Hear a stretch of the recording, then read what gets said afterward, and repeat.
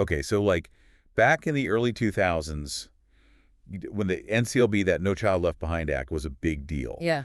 there was all this talk about getting parents more involved in their kids' education. It was a huge push. Right. And it wasn't just talk. It was like tied to actual federal funding for schools. I mean, President Bush even called it a cornerstone of his administration. Exactly. So Yeah. schools were like scrambling to figure out how to make this parental involvement thing work. And the law was very specific that it had to be based on scientifically based evidence, like actual research. Well, for sure. It had to be like legit, proven strategy. And we really pushed educational agencies to seriously look at what research said about how parents could best support their kids. It wasn't just about, showing up at a bake sale or something. No, it was about understanding how that involvement actually made a difference in how kids learn. Which brings us to our deep dive today. Yes. We've been talking about this forever. Yeah. This amazing research review called Examining the Relationship Between Parental Involvement and Student Motivation. And it was published back in 2005.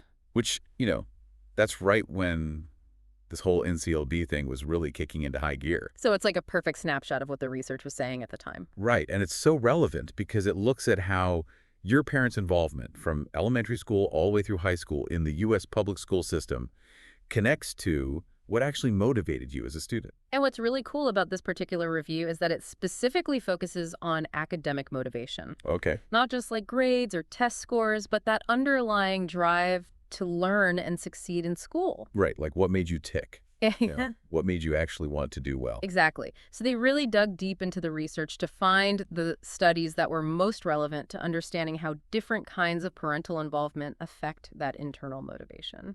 So today, our mission, should we choose to accept it, is to unpack the most fascinating findings from this review, the ones that'll make you go, oh, wow, that's totally why I was like that in school. Exactly. We want to find those little aha moments that explain your own experience. I love those moments. We'll explore how your parents, being involved or not being involved, might have fueled your enthusiasm, your dread, all the feelings. Yes, the whole spectrum. Whether it was a genuine love of learning or more like chasing those gold stars. I mean, maybe a bit of both, right? Or maybe a bit of both. Which it probably was for most people. Yeah. And we're going to do this not like a boring lecture, Oh, no? but more like a relaxed, fun conversation. I like that. Are you ready? Let's do it. Okay, let's dive in. So let's start with something really basic. Engagement. Okay. How involved were you in school, really? Did you participate, pay attention, put in the effort? Right. Were you leaning in or zoning out? A review highlighted this awesome study by Izzo and his team. Izzo. Yeah, back in 1999. Okay. And they followed elementary school students for a few years, starting from kindergarten all the way to third grade. So those crucial early years. That's a longitudinal study, so they could see how things changed over time. Okay, so what were they looking at specifically? They were looking at a few different ways that parents were involved. Oh, okay. So things like how often teachers had to contact parents. So those phone calls home. Exactly. Good or bad? Exactly. And also whether parents were coming to school events and what they were doing at home to support their child's learning. So the whole spectrum from school stuff to home life. Yep. They wanted to see how all of that connected to how engaged those little kindergartners through third graders were in school. And how did they even measure engagement? That seems kind of tricky. Oh, they got creative. They looked at things like whether the kids were acting out in class. Okay. Troublemakers, their work habits. So were they actually doing their homework? Yeah, were they focused, Yeah. organized, that sort of thing, and how they dealt with frustration or setbacks, when things got tough. Did they just give up or did they keep trying? Exactly. Okay, so what did they find? Did kids with more involved parents end up being more engaged? Well, it's a bit more complicated than that. Oh. So they found that when parents actively participated in school activities, coming to those events, it did have a positive effect on their kids' engagement. So seeing mom or dad there at the school play. Exactly. Sends the message that school's important, that you should be invested too. So they're showing up for you. And that makes a difference for kids. Yeah, for sure. But here's where it gets really interesting. Okay. They also found that more parent-teacher contact, More was actually linked to lower engagement. Wait, what? More communication is a bad thing. That's what they thought at first, too. Right. But then they dug a little deeper. Okay. And they realized that most of the time, parent-teacher contact happens because of problems, Yeah. behavioral issues, academic struggles, you know? So it wasn't the amount of contact that mattered, it was the reason for it. Right. It was often focused on negative things. So instead of feeling supported, maybe the kids felt like they were constantly in trouble. Exactly. And that doesn't exactly make you want to be more engaged in school. Okay, so that's a huge takeaway right there. Yeah. It's not just about like the number of emails or meetings or whatever. It's the quality of those interactions that really counts. Like, what are those interactions actually about? That makes all the difference. Think back to your own experience.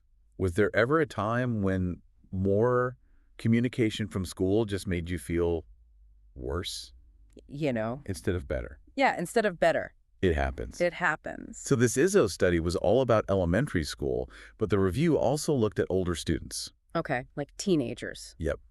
And there was this fascinating study by Steinberg from 1992. Steinberg. Yeah. And they looked at a massive group of high school students. How massive are we talking? Over 6,000 students Wow. from all sorts of different backgrounds. Okay. They really wanted to get a broad picture of what was going on. And they looked at all these different ways that parents were involved, Right. like helping with homework, going to school events, supporting extracurricular activities, helping kids choose their courses. The college prep and stuff. Exactly. And just generally keeping tabs on their progress. So like being in the loop. Yeah, being an active part of their child's education. Okay. So did they find that same connection to engagement in high school, even though teenagers are, notoriously a little less enthusiastic about school? They did. Really? There was a clear link between how involved parents were in both higher grades Okay. and greater engagement. So it still matters, even when they're like rolling their eyes at everything? It really does. When parents were more involved, those teenagers reported putting in more effort, focusing better in class, and paying more attention in their core subjects, like math, English, social studies, science. So it wasn't just about being there. It was about like being actively engaged with their education. Exactly, being a partner in their learning. And I bet those teenagers didn't always love it.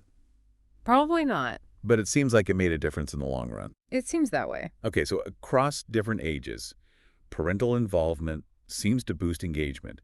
But the way that involvement happens is super important. Right. It's not just about being there. It's about being there in the right way. And the Steinberg study actually added another really interesting piece to the puzzle. Oh, what's that? They found that parental involvement was most effective when it was part of what they called an authoritative parenting style. Authoritative. Authoritative. So what does it even mean? So think about it like this. Okay.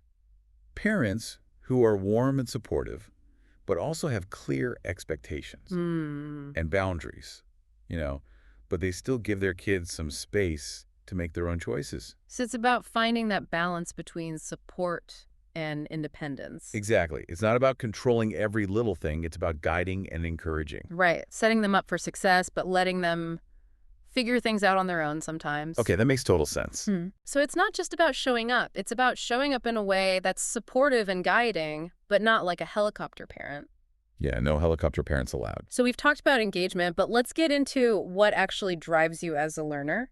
Okay. And the review digs into two types of motivation: intrinsic and extrinsic. Can you break those down for us? Oh, absolutely. So intrinsic motivation is like that inner spark, that drive to learn something just because you find it fascinating or enjoyable. Okay. It comes from within you, like a genuine curiosity. Like you're doing it for the love of the game. Exactly. While extrinsic motivation comes from external factors, like getting good grades, earning rewards, or avoiding punishment. So it's more about the outcome, not the process itself. You got it. So what did this review tell us about how parents affect these different types of motivation? So there's this really cool study by Marchant and his team in 2001. Marchant, okay. They worked with 5th and 6th graders. Those are some interesting years. Oh, they definitely are. Hormones are starting to kick in. You're trying to figure out who you are. And they looked at parenting style in terms of how demanding and responsive parents were, as well as parental involvement in school. Okay. And they focus on things like how much parents valued academic achievement and whether they were actively involved in school events. Okay, so how did all of this play out in terms of the kids' motivation? Well, they found a super strong connection Okay. between how much the students felt that their parents valued achievement and both their own motivation and how capable they felt. So, like, if the kids believed their parents thought effort and doing well in school were important, Exactly. they were more motivated themselves. And they felt more confident in their abilities. Makes sense, like they're picking up on those values from their parents. Absolutely. And here's another interesting thing. Okay. They found that these parental values were also linked to parents being responsive to their kids' needs and being involved in school. So it wasn't just about saying that education was important, it was about showing it through their actions. Exactly. It suggests that that message, the one that says learning is valuable, can really sink in and shape how kids approach school. Think about it. Even if your parents weren't like physically at school all the time, Yeah. did you still get a sense of whether they thought your education was important? That underlying message can be really powerful. Super powerful. But, and this is important, Okay. the review also highlighted some downsides. Oh. So there's this study by Ginsberg and Braunstein from 1993, Okay. and they looked at fifth graders again. Okay, fifth grade seems to be a popular age for research. The pivotal year. Yeah. And they looked at how much parents were monitoring their kids' homework Oh, like hovering over them while they're trying to do their math problems? and how they reacted to their grades. Okay, so did they find that too much involvement in homework can actually backfire? They did. Oh, Really. yeah. Like if parents were constantly checking in, correcting everything, or basically doing the homework for their kids, It could actually hurt their motivation. it was linked to the students having a more extrinsic motivational style, Okay. meaning they were more focused on external rewards and avoiding punishment. So they weren't really learning for the joy of learning. They were doing it to please their parents or avoid getting in trouble. Right. And their teachers reported that they showed less initiative, less independence, less persistence, and less satisfaction in their schoolwork. So basically all the things you don't want to see. It seems like that constant hovering can really stifle a child's natural curiosity and make them more dependent on external pressure. That's fascinating. Think about it. Did you ever feel like you had less ownership over your learning when your parents were super involved in your homework? Oh, absolutely. Like it wasn't really mine anymore. It became about meeting their expectations, not exploring your own interests. Okay, so what about how parents reacted to grades? That was a big one, too. Okay. When parents mostly relied on external rewards for good grades. Like if you get an A, I'll buy you that video game you want. Exactly. It also correlated with more extrinsic motivation in their kids. And I'm guessing less enjoyment of learning. You got it. Again, less positive ratings from teachers about those students' motivation and enjoyment. So it seems like bribing kids for good grades might get you the results you want in the short term. Yeah, that A on the report card. But it doesn't really foster a love of learning for its own sake. It's more about the reward, not the learning itself. Right. But here's the good news. Right. When parents focused on encouragement and praise, Okay. especially for effort and the process of learning, Not just the final grade. it was linked to more intrinsic motivation in their kids. So like they were more curious, more interested in learning for the sake of learning. Exactly. They even preferred challenging tasks. So it's about emphasizing the journey, not just the destination. It's about recognizing their effort and celebrating their growth. That makes a lot of sense. It's about showing them that learning can be its own reward. Now, the review also talks about the importance of schools communicating with parents. Oh, yeah. Communication is key. It is. Like, really key. Yeah, like the AIMS studies from the mid-90s. The AIM studies. They looked at how teachers sharing information with parents impacted kids' motivation. So things like telling parents what was happening in the classroom, what their child's strengths were, and how they could support their learning at home. So like a two-way street, keeping parents informed and giving them tools to help. Exactly. And generally, more communication was better. Okay. Like there was a link between teachers communicating with parents weekly. Wow, weekly. Yeah, keeping them really in the loop. Okay. And their kids' intrinsic interest in learning. So the kids were actually more interested in learning when their parents were more informed. It seems that way. They also found that how involved kids thought their parents were was connected to how capable they felt academically. So even just the perception of their parents being involved made a difference. It boosted their confidence and enjoyment of learning. That's really interesting. Think about it. Did you ever feel a difference when your parents seemed more in tune with what you were doing in school? Oh yeah, for sure. It felt like they were on my team. Exactly. Like they were invested in my success. And Ames and her colleagues thought that parents' own beliefs were really important here. Okay. They suggested that when teachers communicate effectively, it can actually change how parents feel. Like how so? It can make them feel more comfortable with the school, Right. more informed about their child's learning, and more confident about how they can help. So it's not just about giving them information, it's about empowering them. Exactly. And this increased parental interest can create a more supportive environment at home. So it's like this positive feedback loop. As the school reaches out, parents get more involved, and that fuels the child's motivation. It's all connected. We're all in this together. Okay, let's move on to another really interesting area from the review. Okay. Personal causation and self-regulation. Ooh, those are big words. They are. What do they even mean? So these concepts are all about your locus of control, how autonomous you feel, and your ability to manage your own learning. Okay, break it down for me. Locus of control is where you believe the causes of events in your life come from. Okay. Is it internal, like from your own effort and abilities, or external, like luck or other people? So like, do you feel in control of your own destiny, or do you feel like things just happen to you? Exactly. I see. And self-regulation is your ability to like manage your own learning, set goals, track your progress, and adjust your approach when you need to. So like being your own coach, basically. Yeah, like taking responsibility for your learning journey. And autonomy. What was that one again? Autonomy is all about feeling like you have a sense of ownership and choice in your learning. Gotcha. It's like feeling like you're the driver, not just a passenger. Exactly. Hmm. So how does parental involvement fit into all of this? The Trustee and Lamp study from 1997, they looked at high school seniors. Okay, back to high school. Back to high school. They must be a popular group to study. Seniors especially, you know. They're about to go out into the real world. They're almost adults Yeah. facing big decisions. And they had this really interesting finding about locus of control. They found that when students felt their parents had control over things, but were also actively involved in their lives. So it wasn't just about setting rules, it was about being present. Exactly, like spending time together, having conversations, showing genuine interest. It was linked to an internal locus of control. So those students felt like they were the ones in charge of their own outcomes. It seems like that combination of control and involvement was key. It was, because when there was parental control but not that real involvement. Like they were just laying down the law, but not really connecting. Exactly. It led to an external locus of control. So the students felt more like things were happening to them. That their lives were controlled by forces outside of themselves. Right. It's that feeling of, why bother? It doesn't matter what I do anyway. And that's not a good feeling for anyone, especially teenagers who are already facing a lot of pressure. Okay, so this is another big takeaway, A right? huge one. It's not just about setting rules and boundaries.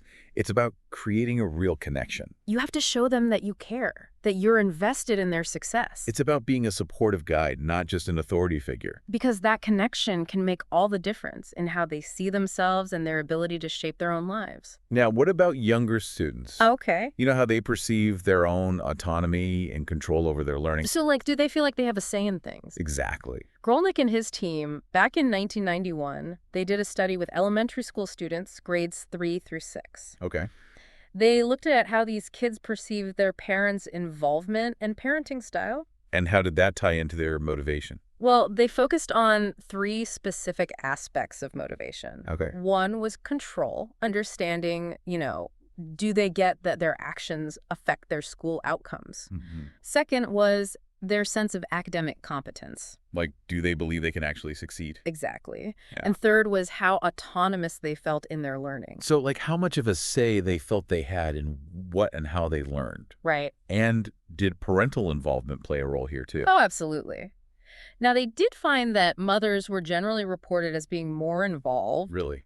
More so than fathers? Yeah, but both parents' involvement had a positive impact on those motivational factors. Okay, so it wasn't just a mom thing. No, not at all. Dads matter, too. They really do. And what was really interesting is that paternal involvement actually predicted all 3 of those motivational factors. So dad's involvement was linked to kids understanding how their actions affected their school outcomes, feeling more capable, and feeling like they had more say in their learning. It's the trifecta. Wow. While maternal involvement was mostly linked to that control understanding piece. So moms were helping them see the connection between their actions and their school outcomes. So it seems like that consistent message of support and interest from both parents, even if it looks different, Even in different ways. can really empower kids to take ownership of their education. It shows them that learning is a team effort, that they're not alone in this journey. And the study also found that when parents were supportive of their child's autonomy, allowing them some choice and independence in their learning. Yeah, like letting them pick a book for a book report or something. Exactly. It was also linked to stronger motivation.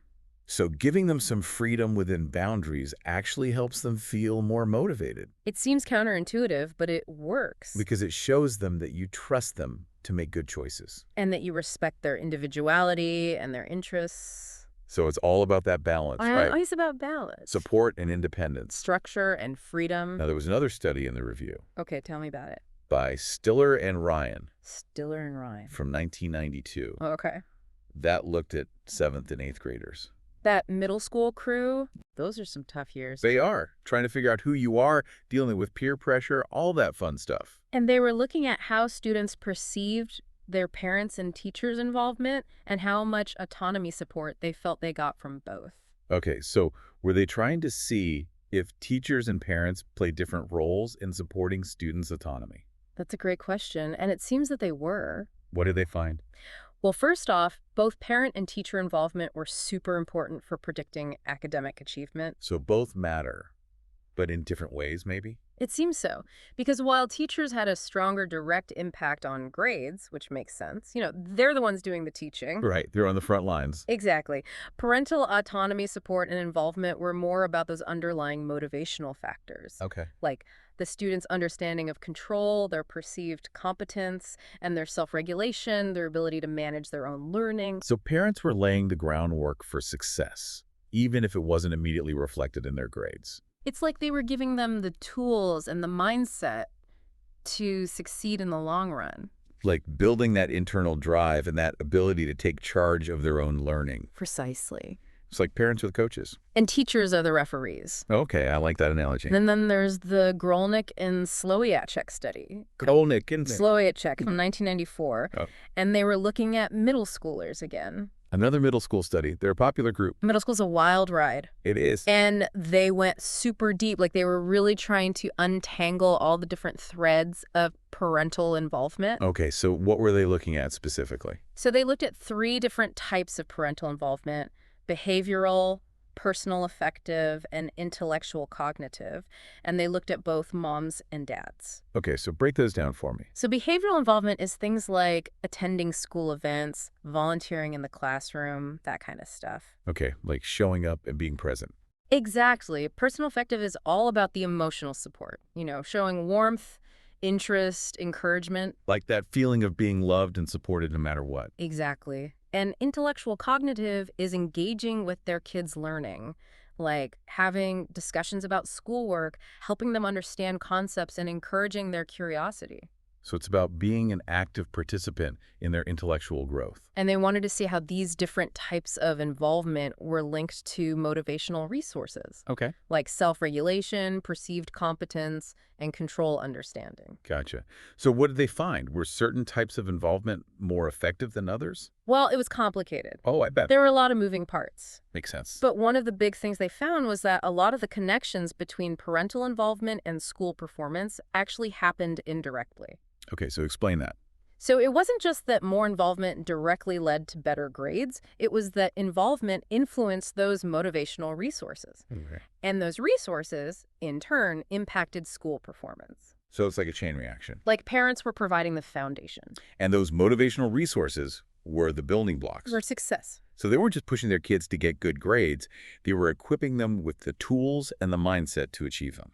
And they found all these interesting links between specific types of involvement and specific motivational resources. Okay, give me some examples. So, for example, how both parents responded to their kids' grades was directly linked to the students' grades. So like if parents were supportive and encouraging, even when grades weren't perfect, It actually helped the kids do better. it seems that way. And then mother's personal effective involvement Okay. was directly linked to their kids' perceived competence and understanding of control. So that emotional support from mom was really important for helping kids feel capable and in charge. It's like that unconditional love and belief in their abilities really made a difference. And father's behavior. Okay. Predicted self-regulation and perceived competence. So dads were helping their kids develop those crucial skills of managing their own learning and believing in themselves. It's like dads were the ones setting those expectations and providing the structure. And when parents were intellectually, cognitively involved, Hmm. it boosted their kids' perceived competence? So engaging with their kids' learning, having those conversations, it all contributed to their belief in themselves as learners. Exactly. And then mother's personal affective involvement also directly predicted self-regulation. So again, mom's emotional support was linked to those self-management skills. It really highlighted that moms and dads can have unique and powerful impacts on different aspects of their kids' motivation. So it's not just about being involved, it's about being involved in the right ways. And recognizing that different kids might need different types of support from their parents. Okay, so this is getting really nuanced, but it's super important. It is, because it shows us that there's no one-size-fits-all approach to parental involvement. Okay, let's shift gears a bit Okay. and talk about how students approach learning itself. Okay. So the review also looked at something called motivational goal orientation. Okay, I think I've heard of that, but remind me. So it's basically about whether you have mastery goals or performance goals. Okay, and what's the difference? Students with mastery goals, they're all about learning for the sake of learning. Okay. They want to improve their understanding and their skills, and they see challenges as opportunities to grow. So they're not afraid to make mistakes. No, they embrace them Okay. because they know that's how you learn. They're driven by that desire to really master the material. It's like a growth mindset, right? Absolutely. They're focused on the process, Right. not just the outcome. Whereas students with performance goals, they're more concerned about how they look to others. So it's more about getting good grades, proving their ability, and avoiding looking dumb. Exactly. They're driven by external validation, not that internal drive to learn and grow. So it's more about the destination than the journey. Exactly. So how does parental involvement play into which of these goals students tend to adopt? Well, there's this study by Gonzalez and his team from 2002, Okay, Gonzalez. and they looked at high school students again. High school, the gift that keeps on giving. They really are a fascinating group to study. They are. And they found a positive connection between all the types of parental involvement they examined. Okay, like what? Helping with homework, going to school events, helping kids choose their courses, and just staying informed about their progress. So basically all the things we've been talking about. Pretty much. And all of that was linked to students having a mastery orientation. So when parents were involved, their kids were more likely to be focused on learning for the sake of learning. Exactly. They were more likely to embrace challenges, persist even when things got tough, and find satisfaction in the process of learning itself. And this was true for students from all sorts of backgrounds. Yes, different ethnicities, different socioeconomic levels, parental involvement seemed to have this effect across the board. So it wasn't just a certain type of kid who benefited from parental involvement. It was pretty universal. That's amazing. It really highlights the power of parents to shape their kids' attitudes towards learning. And last but not least, Okay. the review also looked at motivation to read. Oh, reading. That's a big one. Host speaker.